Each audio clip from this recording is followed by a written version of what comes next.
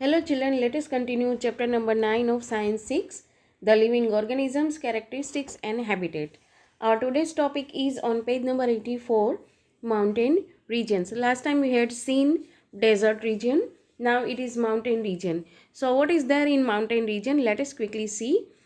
These habitats are normally very cold and windy. In some areas snowfall may take place in winters. तो mountain का area है, naturally it is very cold और windy होता है because it is on the high surface.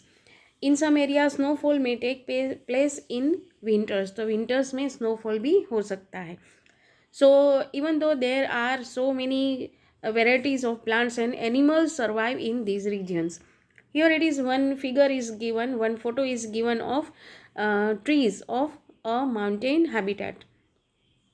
तो tree की क्या adaptation है? ट्री आप जब देखो you can see they are cone shaped trees, but which are their adaptations? Here it is given, children. I show you, just a second.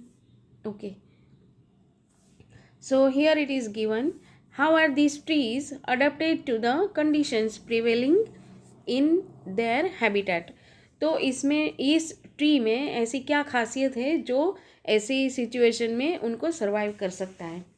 So here it is given, these trees are normally cone shaped and have sloping branches. The leaves of some of these trees are needle like. तो एक तो tree का जो shape है वो कौन shape है, here you can see, और लीव्स हैं वो नीडल लाइक लीव्स होते हैं और वो इसलिए होते हैं कि this helps the rain water and snow to slide off easily. Needle like trees, needle like इसके लीव्स है जिससे, और ट्री का शेप है कॉर्न लाइक. तो अगर वो उस पे ऊपर वाटर गिरेगा या स्नो गिरेगा तो इजीली वो नीचे गिर जाएगा, दैट मीन्स स्लाइड ऑफ हो जाएगा. There could be trees with shapes very different from these. They are also present on mountains. They may have different kinds of adaptation to survive on the mountains. So it is not necessary कि cone like shaped trees are only there, but some other shaped trees are also available, but they have some other features to survive. Now what about the animals? Animals living in the mountain regions are also adapted to the conditions there. They have thick skin or fur to protect them from cold. For example, yaks have long hair to keep them warm. Snow leopard has thick fur on its body. Here it is, some animals are given. So yak has this kind of fur. Leopard है, उसके ऊपर भी fat का layer है. And here it is, the first one was snow leopard, then yak and mountain goat. तो ये सारे animals ऐसे हैं जो कोल्ड वेदर में भी सर्वाइव कर सकते हैं. Snow leopard has thick fur on its body including feet and toes. तो फीट है, टोज है, उसके ऊपर भी फर का लेयर होता है. This protects its feet from the cold when it walks on the snow. The mountain goat has strong hooves for running up the rocky slopes of the mountain. तो इसके hooves मतलब पैर के नीचे का जो एरिया है ब्लैक कलर का वो थोड़ा हार्ड होता है और इससे माउंटेन के ऊपर चढ़ने में भी ग्रिप रहती है. As we go up in the mountain regions, the surroundings change and we see different kinds of adaptations at different heights. तो अलग अलग हाइट पे एनिमल्स और प्लांट्स में डिफरेंट काइंड्स ऑफ एडेप्टेशन हमें देखने को मिलती है. Now here it is grassland. A lion lives in a forest और grassland and is a strong animal that can hunt and kill animals like deer. It is light brown in colour. तो ये adaptation है lion का. आप देख सकते हो कि लायन का बैकग्राउंड है वो भी थोड़ा ब्राउनिश कलर का है. लायन का खुद का कलर भी ऐसा ब्राउनिश है बिकॉज इन द प्लेन, जो प्लेन्स में रहते हैं एनिमल, वो उनका स्किन का कलर ऐसा होता है कि वो बैकग्राउंड के साथ कैमोफ्लेज हो जाए ताकि प्रेडिटर या प्रे एक दूसरे को देखने में मतलब थोड़ा आसानी से ना देख सके। Look at the picture of a lion and that of a deer. How are their eyes placed in the face of these two animals? अब देखो, लायन की आइज है वो एकदम सामने है, डियर की आइज है वो फेस के दोनों साइड है। वो इसलिए कि लायन जो है अपने सामने उसकी आइज है ताकि वो अपने प्रे को आसानी से टारगेट कर सके, उसे उसकी हर एक छोटी छोटी मूवमेंट को भी क्लियरली देख सके। जबकि डियर की आइज है वो साइड में है ताकि वो साइड से पूरा सामने तक का विजन उसे दिख सके। दैट मीन्स जहाँ भी प्रेडिटर हो, ऐसा शिकारी एनिमल्स हो, उससे वो बच सके, इसलिए उसकी आइज जो है वो साइड में होती है। Lions have long claws in their front legs that can be withdrawn inside the toes. तो एक जो है लॉन्ग क्लोज है in the front legs that can be withdrawn inside the toes, ये टोज है। Do the feature of this lion help it in any way to survive? Yes, it is light brown colour. ये चलने में और pray को पकड़ने में इसके क्लोज जो है वो हेल्पफुल रहते हैं। It is light brown colour helps it to hide it in dry grasslands when it hunts for prey. तो लायन का जो कलर है लाइट ब्राउन, वो ग्रासलैंड के साथ मैच हो जाता है। सो प्रे है वो उसे जल्दी से देख सकता नहीं। The eyes in front of the face allow it to have a correct idea about the location of its prey. Just now I explain children. A deer is another animal that lives in forests and grasslands. It has strong teeth for chewing hard plants stems of the forest. A deer needs to know about the presence of predator in order to run away from them and not become their prey. It has long ears to hear movements of predators. The eyes on the sides of its head allow it to look in all directions for danger. तो dear का एक तो legs जो है वो लंबे होते हैं जिससे वो जल्दी से फास्ट दौड़ सकता है। दूसरा हियरिंग के लिए, छोटी से छोटी मूवमेंट को भी सुनने के लिए ईयर्स होते हैं।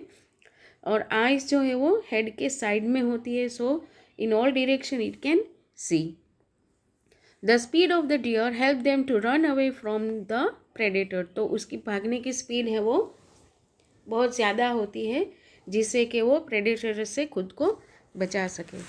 There are many other features of a lion, a deer और other animals and plants that help them to survive in their habitat. तो इसके अलावा भी कुछ उसके फीचर्स है जो उनको सर्वाइव होने में हेल्पफुल रहता है। Now children, there was the terrestrial animals. Now here it is see some aquatic habitat. तो aquatic habitat में ocean, lakes, fresh water means river, pond, ये सारे जो areas है that is called aquatic habitat. That means जो पानी में survive करते हैं वो। Now first one is given oceans. We already discussed how fish are adapted to live in the sea. Many other sea animals have streamlined bodies to help them move easily in water. तो fish का जब हमने पढ़ा था that time we have discussed that fish shape is streamlined shape. तो ऐसा shape जो है वो पानी में उसे इजीली मूव करने में, स्विम करने में हेल्पफुल रहता है। There are some sea animals like squid and octopus which do not have these streamlined shape. तो ऐसे भी aquatic animals हैं जिसका streamlined shape होता नहीं। They stay deeper in the ocean near the seabed and catch any prey that moves towards them. तो ये creatures ऐसे हैं जो seabed पे मतलब जो bottom पे रहते हैं deep ocean में, और उसके आसपास जो प्रे घूमते हैं, छोटी फिश है या दूसरे कोई दूसरे सी क्रीचर्स, तो उनको वो अपना प्रे बनाते हैं। However, when they move in water, they make their body shaped streamline. मतलब जब उनको स्विम करना होता है, मूव करना होता है, तब अपनी बॉडी को ऐसे स्ट्रीमलाइन शेप में वो ला सकते हैं. These animals have gills to help them use oxygen dissolved in water. तो ये जो सी एनिमल्स हैं वो डायरेक्ट एयर का जो ऑक्सीजन है उस पर सर्वाइव कर सकेंगे नहीं, बट वाटर में जो डिजोल्व है ऑक्सीजन उसका अपने गिल्स से, you know that fish breathe through its gills, तो गिल्स से ये ऑक्सीजन जो है वो अपने अंदर ले सकेगा and it can survive. There are some sea animals like dolphin and whales that do not have gills. They breathe in air through nostrils or blowholes. तो whale है, डॉल्फिन है, ये ऐसे सी क्रीचर्स है जो जिसमें गिल्स नहीं होते. दैट मीन्स वो अपने नॉस्ट्रिल्स या ब्लो होल्स से ब्रीथ करते हैं. So that are located on the upper parts of their heads. These allow them to breathe in air when they swim near the surface of water. They can stay inside the water for a long time without breathing. तो whale है और dolphin है, ये ऐसे sea creature है जो पानी में जो ऑक्सीजन है उस पर सर्वाइव कर सकेंगे नहीं, उसमें गिल्स नहीं होते, तो वाटर जो है उसमें से डिजोल्व ऑक्सीजन है उसका वो यूज़ नहीं कर सकेंगे. But for breathing they need to come on the surface of the sea या वाटर, तो वाटर सरफेस पे लाना आप उनको आना पड़ेगा and then it can breathe.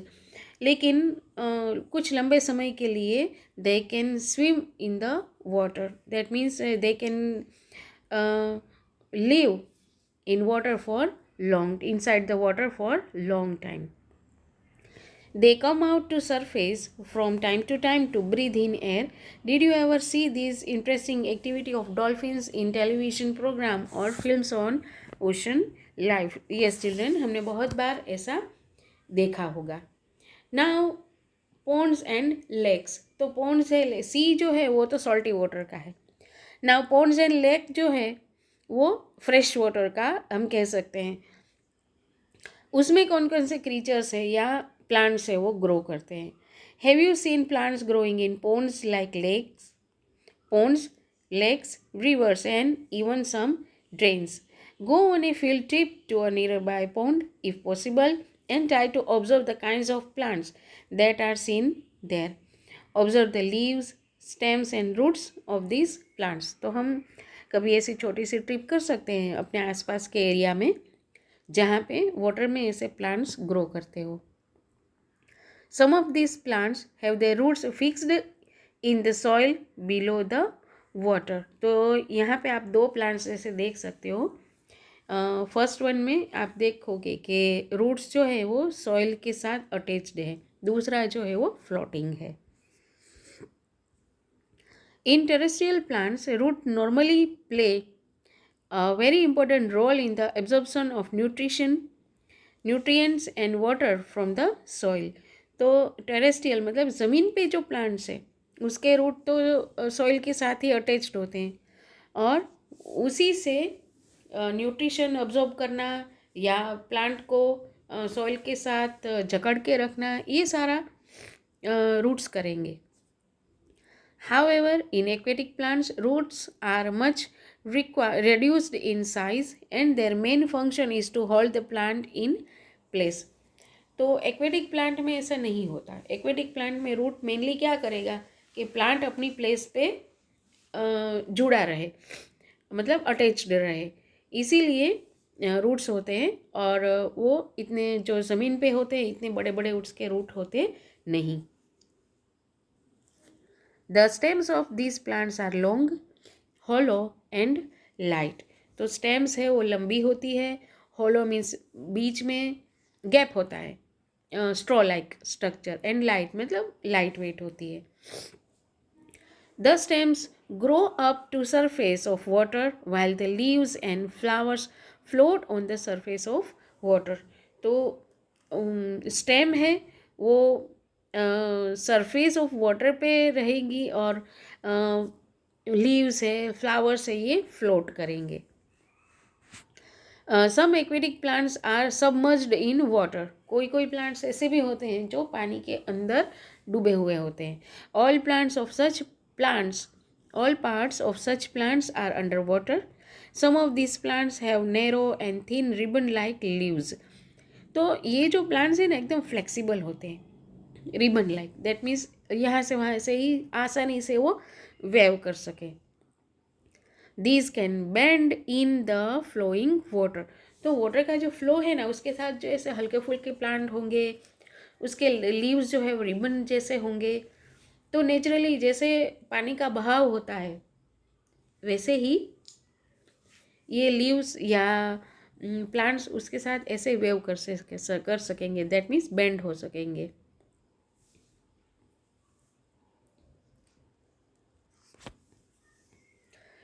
In some submerged plants, leaves are often highly divided, through which the water can easily flow without damaging them.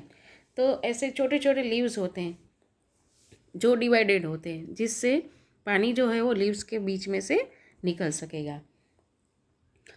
Frogs usually live in ponds.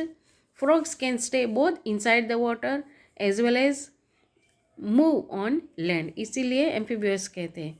Frog जो है वो दोनों तरफ रह सकेगा. They have strong back legs that help them in leaping and catching there pray. तो frog है ना अपने बैक लेग्स से बड़ा सा लीप जंप लगा सकता है और अपने प्रे को पकड़ भी सकता है. They have webbed feet which help them swim in water. तो जैसे डक के वेब्ड फीट होते हैं मीन्स सारे जुड़े होते हैं उसके लेग से, उसके आगे का पार्ट है वो. सेम में फ्रॉग में भी ऐसा ही होता है. We have discussed only a few common animals and plants compared to the wide variety that live in different habitats. You may have also noticed the very wide variety in plants around you. When you prepared a herbarium as part of the suggested activity in chapter 7, imagine the kind of variety that you could see in a herbarium of leaves of plants from all region of the earth. तो इसमें activity भी है जिसमें अलग अलग places के plants, उसके leaves वो आप कलेक्ट करके उसका एक छोटा सा कलेक्शन बना सकते हो. So here it is some of the characteristics or adaptations of plants and animals which live in aquatic region. So that's it for today, children. Next topic we'll discuss in next video. Thank you and bye bye.